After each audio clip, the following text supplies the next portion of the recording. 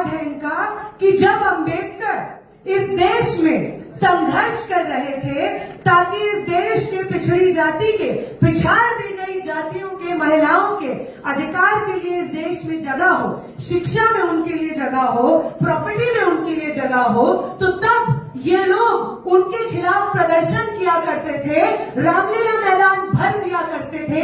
ये आरएसएस है, ये राष्ट्रवाद है इनका।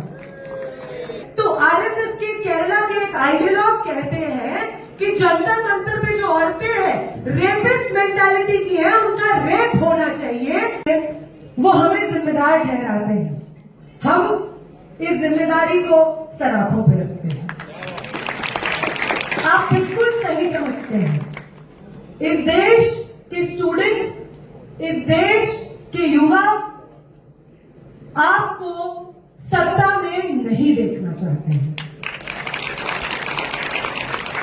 आपने 1 दशक से ज्यादा इस देश पे राज किया और इस देश में अनएम्प्लॉयमेंट को अंग्रेजी हुकूमत के दर पर पहुंचा दिया। इस 1 दशक में आपने गरीब और अमीर के बीच की खाई को अंग्रेजी हुकूमत के दर पर पहुंचा दिया।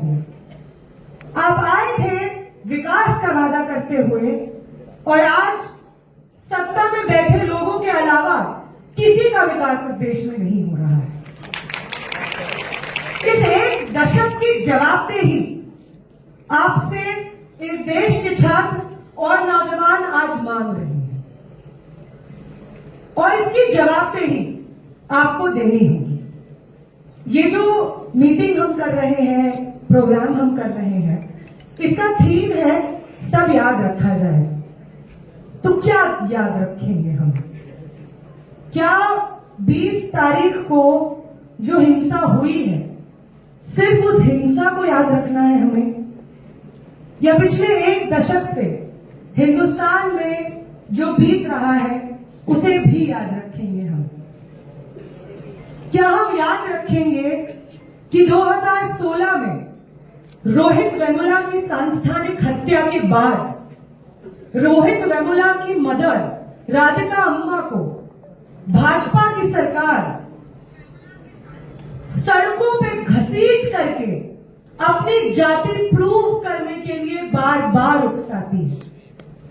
क्या हम इस चीज को याद रखेंगे? क्या हम याद रखेंगे कि जब हैदराबाद सेंट्रल यूनिवर्सिटी के स्टूडेंट्स जातीय भेदभाव के खिलाफ रोहित एक्ट की मांग कर रहे थे तो यही भाजपा के पुलिस और सिक्योरिटी फोर्सेस ने उन स्टूडेंट्स के सर अपनी लाठियों से खोल के रख दिए?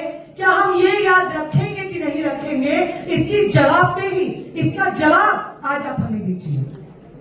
क्या 2016 में जिस जेएनयू, जिस जामिया मिलिया इस्लामिया के स्टूडेंट्स को क्रिमिनलाइज कर दिया, ये बोल दिया कि यूनिवर्सिटी में पढ़ने वाले स्टूडेंट्स इस देश के आगे आने वाली पीढ़ी को गर्व से हम नहीं मानेंगे, उन्हें टैक्स पेयर का पैसा चूसने वाला टर्माइट मानेंगे, ये डिक्लेयर कर दिया गया और हमारे साथ पढ़ने वाले स्टूडेंट्स, हमारे क्लासमेट्स, हमारे दोस्तों को बार बार जेलों में डालने की कोशिश हुई?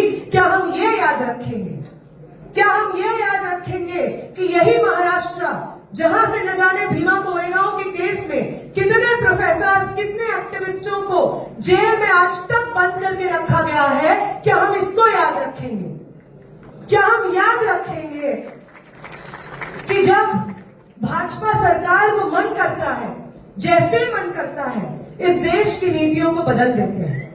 रातों रात एक डिक्लेरेशन होती है जिसमें वो कहते हैं कि कल से डिमोनेटाइजेशन लागू हो गया है और निकाल देते हैं पूरे आम हिंदुस्तान को सड़कों पे लाइनों में खड़े होने के लिए। उन लाइनों में न जाने कितने आम लोग अपनी जान लेने पे मजबूर हो जाते हैं, मर जाते हैं। उन जानों का हिसाब कौन देगा आखिर?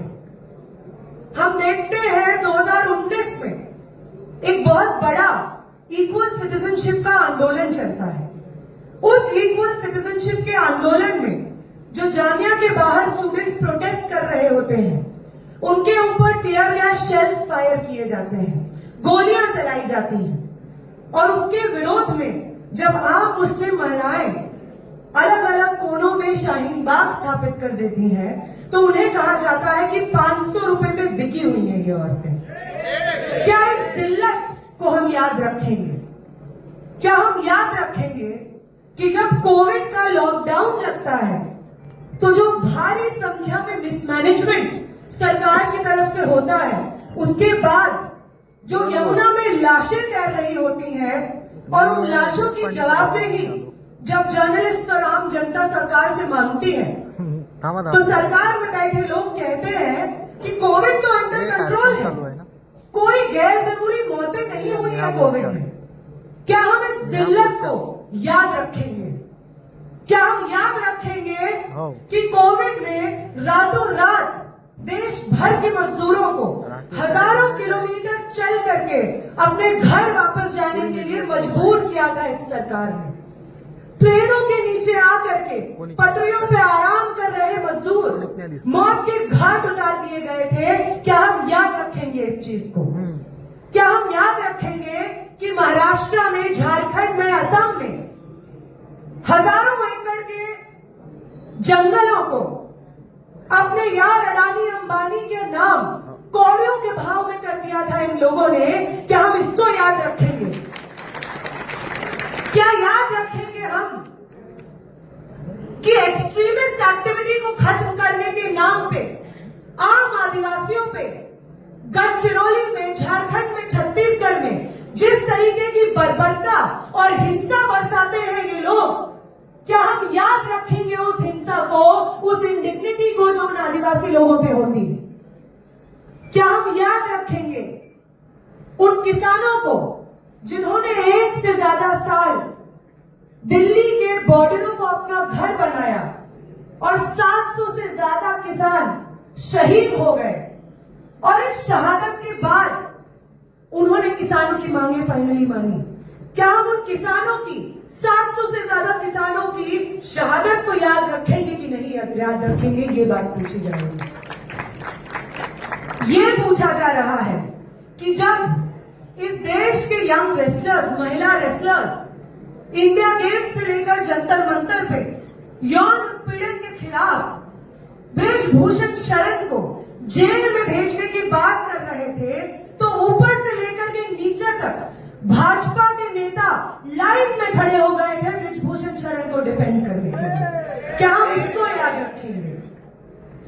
क्या हम याद रखेंगे कि पिछले 1 दशक में हम सबको कायर बना दिया है इस सरकार ने, डरा दिया है इस सरकार ने। हिंदुस्तान की वो गौरवशाली विरासत जिसने हमें अशफाकुल्ला खान दिया, भगत सिंह दिया, उस गौरवशाली विरासत को झुकला करके पिछले 1 दशक में हमें कन्विंस कर दिया इन लोगों ने कि आवाज नहीं उठानी होती है। दूसरों के लिए क्या, खुद के लिए भी नहीं आवाज उठानी होती है।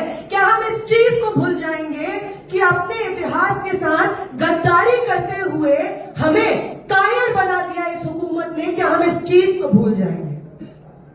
तो अगर याद रखना है तो ये सब कुछ याद रखना होगा। जो लाठियां हम पे पड़ी, जो लाठियां हमारे दोस्तों पे पड़ी, जो लाठियां हमारे दोस्तों के बच्चों पे पड़ी, जो लाठियां ऐसे लोगों पे पड़ी जिनके नाम हम कभी नहीं जानेंगे, जिनके शहरों में हम कभी नहीं जा पाएंगे, अगर कुछ याद रखना है तो उन तमाम लोगों की शहादत, उन लोगों पे हुई हिंसा, उनके आंसू, उनके दर्द को याद रखना होगा। तब सही मायने में इस हिंदुस्तान में ये बात दर्ज होगी कि जो आज की पीढ़ी है, आज के जिंदा लोग हैं, वो हिसाब ले रहे हैं पिछले 1 दशक में हुई हिंसा और गैर बराबरी और जुल्म का। तो अगर खड़े होना है इतिहास के सही सिरे पे, अगर दर्ज होना है इतिहास के सही सिरे पे, तो दर्ज करना होगा हमें अपना प्रोटेस्ट, अपना संघर्ष इन तमाम जुल्म के खिलाफ। वो पूछते हैं हमसे कि क्या होता है? धर्मेंद्र प्रधान एक इंडिविजुअल है, धर्मेंद्र प्रधान चले गए तो आरएसएस के एक और व्यक्ति आ गए। क्या हासिल हुआ एक इंडिविजुअल के इस्तीफे से? ये हासिल हुआ कि रांची से लेकर के बिहार बंबई से लेकर के नालसार और दिल्ली से लेकर के नागपुर, इन शहरों की, इन जगहों की जो सड़कें सूनी रह जाती थी जब कोई जुल्म होता था, वो सड़कें आज आबाद हैं आप जैसे आम लोग, यंग छात्रों को। ये कमाया है इस मूवमेंट ने। इस देश के यंग लोगों ने, छात्रों ने ये कमाया है कि जो पिछली पीढ़ी शायद ये सोचने लगी थी कि अब नहीं देख पाएंगे एक ऐसा हिंदुस्तान जहां लोग आजादी से सांस ले रहे होंगे, बेखौफ तरीके से अपनी बात रख रहे होंगे, नहीं देख पाएंगे ऐसा हिंदुस्तान जहां पे चार लोग एक साथ खड़े होकर के, मुट्ठी तान करके जुल्म के खिलाफ जस्टिस, न्याय की मांग कर रहे होंगे। आज वही पीढ़ी कहती है हमें कि अब नहीं डर लगता है, क्योंकि लगता है कि देश का भविष्य सही हाथों में दिया हुआ है। ये हासिल है इस मूवमेंट का। और जो सबसे खूबसूरत चीज हासिल है इस मूवमेंट की, वो है सत्ता में बैठे लोगों का डर।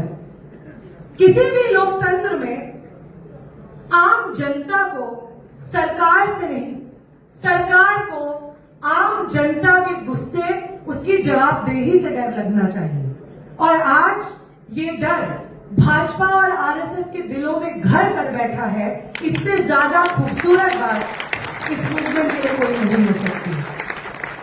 वो अमित शाह जो इस देश के हर कोने में घूम करके दलितों के खिलाफ, मुसलमानों के खिलाफ, महिलाओं के खिलाफ जहर उगलते थे, वो अमित शाह धर्मेंद्र प्रधान के इस्तीफे के बाद पार्लियामेंट में अपनी शक्ल नहीं दिखा पाए हैं। ये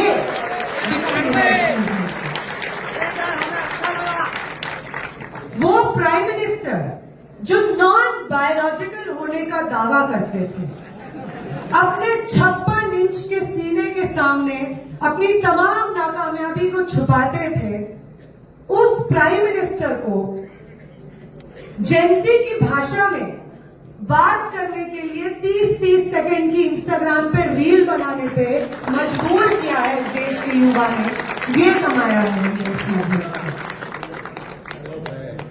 हमने ये कमाया है कि भाजपा तो छोड़िए, इनके आका जो है आरएसएस में, उसके चीफ मोहन भागवत जेंजी के साथ वार्ता नाम से प्रोग्राम चला करके यंग लोगों के बीच अपनी एक्सेप्टेबिलिटी तलाश करने पे मजबूर हो गए हैं। ये कमाया है इस मूवमेंट ने। जिस आरएसएस को गर्व होता था कि ये नागपुर तो हमारी जन्म की भूमि है, इस नागपुर में तो हम जो चाहे वो करेंगे, जिस नागपुर के दम पे, जिस विदर्भ के दम पे महाराष्ट्र की सत्ता पे कब्जा किया है, उस विदर्भ के लोग जो इस महफिल में मौजूद हैं, उन लोगों का धिक्कार मिला है महाराष्ट्र की सरकार को। ये कमाया है इस मूवमेंट की जीत है। क्योंकि हम नागपुर में हैं, तो हमारे प्रिय मित्र, वो लोग जो इस देश की रगों में नफरत और जहर दौड़ाने के लिए रिस्पॉन्सिबल है, उन लोगों के बारे में कुछ बातें करना बहुत जरूरी है। आज आरएसएस ये क्लेम करता है कि उससे ज्यादा राष्ट्रवादी संगठन कोई नहीं है। इनफैक्ट क्या राष्ट्रवाद होगा और क्या नहीं होगा, ये भी आरएसएस डिसाइड करेगा। क्या है उनका राष्ट्रवाद? उनका राष्ट्रवाद ये है कि जब एक मुस्लिम दंपत्ति हिंदुस्तान का झंडा डिजाइन करके, पहले झंडे को सिल करके दिल्ली के एक दर्जी एक दुकान में सिल करके तैयार कर रहा था, तब दूसरी तरफ आरएसएस के माउथ पीस से ये लिखा जा रहा था कि हिंदू तो 3 रंग को शुभ नहीं मानते हैं, इसलिए इस देश के हिंदू इस तिरंगे को कभी स्वीकार नहीं करेंगे। ये है आरएसएस का राष्ट्रवाद। आरएसएस का राष्ट्रवाद ये है कि आजादी के कई दशक बाद तक आरएसएस ने अपने हेडक्वार्टर्स पे हिंदुस्तान का तिरंगा नहीं लहराया था। ये राष्ट्रवाद है, ये राष्ट्रवाद है आरएसएस का कि जब 17 साल के खुदीराम बोस, 23 साल के Bhagat Singh Hindustan socialist republican association के यंग रेवोल्यूशनरी नौजवान इस देश की आजादी के लिए खुशी खुशी अपनी जान कुर्बान करने के लिए तैयार हो रहे थे, इस देश की सड़कों को आबाद कर रहे थे, तब ये आरएसएस के लोग नौजवानों और छात्रों को कह रहे थे कि आओ हमारी शाखों की लाइनों में शामिल हो, क्योंकि अंग्रेजी हुकूमत को हराना हमारा एजेंडा नहीं है, मुगल सल्तनत को हमने हरा दिया है, वही हमारी जीत है। ये राष्ट्रवाद है इनका, ये राष्ट्रवाद है इनका कि अब इनके आइडियोलॉग्स जिनको आज ये गर्व से प्रोक्लेम करते हैं, जब हिंदुस्तान की आम जनता गोलियां खा रही थी अंग्रेजी हुकूमत से, जब जलियांवाला बाग में न जाने कितने हिंदुस्तानी शहीद हो रहे थे जनरल डायर की तोपों से, तब ये आम लोग और इनके आइडियोलॉग अंग्रेजों से पेंशन लिया करते थे। ये राष्ट्रवाद है इनका, ये राष्ट्रवाद है इनका कि पंसारे जैसे, गोविंद पंसारे जैसे रेवोल्यूशनरीज और सोशल रिफॉर्मर्स, गोविंद पंसारे जैसे साथी, नरेंद्र दाभोलकर जैसे साथी, गौरी लंकेश जैसे साथियों को जिन लोगों ने गोली मार करके हत्या कर दी, उन लोगों का इन्वेस्टिगेशन में बार बार अगर किसी संगठन से लिंक पाया जाता है तो वो इनका संगठन होता है जिससे लिंक पाया जाता है। ये राष्ट्रवाद है इनका, ये राष्ट्रवाद है इनका कि वो स्टैन स्वामी जो इस देश के आदिवासियों के बीच में अंधश्रद्धा के खिलाफ प्रचार करते थे, साइंटिफिक टेम्परामेंट और शिक्षा की बात करते थे, उस स्टैन स्वामी को 80 से ज्यादा साल के बुजुर्ग को अपनी जेलों में बंद करके उनकी जान ले ली इनके सिस्टम में। ये राष्ट्रवाद है इनका, ये राष्ट्रवाद है इनका कि जब आम लोग जंतर मंतर पे पेपर लीक के खिलाफ प्रोटेस्ट कर रहे थे और शिक्षा मंत्री का इस्तीफा मांग रहे थे, तो आरएसएस के केरला के एक आइडियोलॉग कहते हैं कि जंतर मंतर पे जो औरतें हैं रेपिस्ट मेंटालिटी की है, उनका रेप होना चाहिए। ये है इनका राष्ट्रवाद, ये राष्ट्रवाद है इनका कि जिस शिवाजी को ये अपना आइकॉन मान करके देश भर में वोट कमाते हैं, महाराष्ट्र में वोट कमाते हैं, उसी शिवाजी के एंटी कास्ट, एंटी कम्युनल इतिहास से गद्दारी करते हैं। ये राष्ट्रवाद है इनका, ये राष्ट्रवाद है इनका कि जब अंबेडकर इस देश में संघर्ष कर रहे थे ताकि इस देश के पिछड़ी जाति के, पिछाड़ दी गई जातियों के, महिलाओं के अधिकार के लिए इस देश में जगह हो, शिक्षा में उनके लिए जगह हो, प्रॉपर्टी में उनके लिए जगह हो, तो तब ये लोग उनके खिलाफ प्रदर्शन किया करते थे, रामलीला मैदान भर दिया करते थे। ये आरएसएस है, ये राष्ट्रवाद है इनका।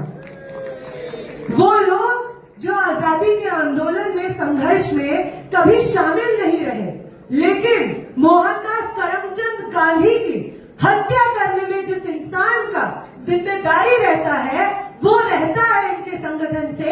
ये राष्ट्रवाद है इनका। तो वो नागपुर, जिस नागपुर से वो अपना बर्थ डिराइव करते हैं, हमसे जब पूछा गया था जंतर मंतर पे जिस दिन इस्तीफा आया था धर्मेंद्र प्रधान का, तो हमसे पूछा गया आप क्या चाहेंगे, कैसे याद किया जाए इस मूवमेंट को इतिहास में। तो हमने एक बात कही थी कि हम चाहते हैं कि जंतर मंतर के इस मूवमेंट की जीत को भाजपा और आरएसएस के इस देश में कब्जे के अंत के शुरुआत के रूप में याद किया जाए। ये महाराष्ट्र, एक्चुअली में आपको मालूम होगा, इस महाराष्ट्र में एक FTII है, film and technical institute of India.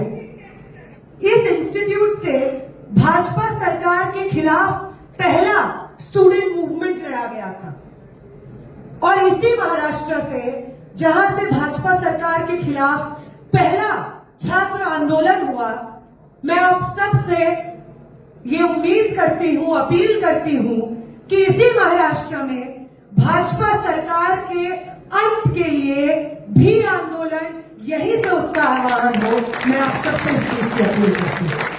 जिस महाराष्ट्र ने भाजपा के खिलाफ पहला स्टूडेंट प्रोटेस्ट दिया हमें, वही महाराष्ट्र भाजपा के अंत के लिए एक स्टूडेंट मूवमेंट, यूथ मूवमेंट खड़ा करे। इस चीज की उम्मीद के साथ मैं नागपुर आई, पुणे गई, बंबई गई, और मैं उम्मीद करती हूं कि आप नागपुर के लोग जिन्हें आरएसएस ने ये लालछन सौंप दिया है कि धोइए इस दाग को, कि यहीं से आरएसएस की शुरुआत हुई थी, मैं उम्मीद करूंगी कि आप नागपुर के लोग इस दाग को, इस कलंक को अपने ऊपर से मिटा देंगे और साबित करेंगे कि ये नागपुर किसी आरएसएस का गढ़ नहीं है।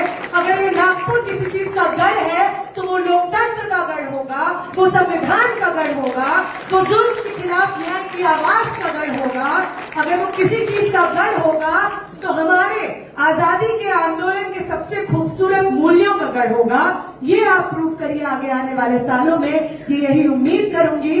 और आखिरी बात कि आज मुझे बार बार बोला ऑर्गेनाइजर्स ने कि बहुत इजीली नहीं आते हैं नागपुर में इतने बड़े संख्या में लोग, क्योंकि जैसे बाकी देश में हुआ है, यहाँ पे भी हुआ है कि लोग अपने अपने छोटे हिस्सों में कुछ कुछ करते हैं, खुश हो जाते हैं। साथ में आने में बहुत खतरा भी है, डर भी है, और जो आज के समय में जिस चीज से हम सब ग्रसित होते हैं कि हम आपसे ज्यादा क्रांतिकारी हैं तो हम आपके साथ क्यों आए। तो ये समय एक दूसरे को खुद से बेहतर प्रूव करने का नहीं है, हम लोग साथ में कितना बेहतर संघर्ष कर सकते हैं उसको प्रूव करने का भी है। तो अगर आप सब साथ आए हैं इस मूवमेंट में, इस मोमेंट पे, तो आने वाले समय में यही नागपुर वो जगह बने जहां से हम लोग एक ऐसे छात्र आंदोलन की, एक ऐसे यूथ मूवमेंट की कल्पना कर सके जहां पे स्टूडेंट्स के पास डिग्निफाइड एजुकेशन हो, डिग्निफाइड एम्प्लॉयमेंट हो, एक डिग्निफाइड जिंदगी हो। इस चीज की मैं उम्मीद करूंगी, और आगे आने वाले समय में ये जो मूवमेंट है, ये जो महफिल है, जहां पे सातों रंग, इंद्रधनुष के सातों रंग के लोग साथ आए हैं, इसी तरीके से आप लोग साथ आते रहे, क्योंकि ये जो सेंस ऑफ सॉलिडारिटी आज हमें महसूस हो रही है, ये सेंस ऑफ सॉलिडारिटी को बचाए रखना बहुत जरूरी है, क्योंकि यही सेंस ऑफ सॉलिडारिटी तोड़ करके इतने लंबे समय से उन्होंने हिंदुस्तान पे राज किया। वो बार बार आपको कहेंगे कि आपके बगल में जो खड़ा है, आपके साथ जो आप ही की बात कह रहा है, उसका धर्म आपसे अलग है। वो कहेंगे आपको कि उसकी जाति आपसे अलग है। वो कहेंगे आपको कि वो जो भाषा बोलता है वो भाषा आपसे अलग है। वो जिस क्षेत्र से आते हैं वो क्षेत्र आपसे अलग है। और इसलिए बार बार 5 साल में एक बार आएंगे और आपसे जाति, धर्म, लिंग, भाषा, क्षेत्र, इन तमाम रिश्तों को जबरदस्ती जोड़ने की कोशिश करेंगे।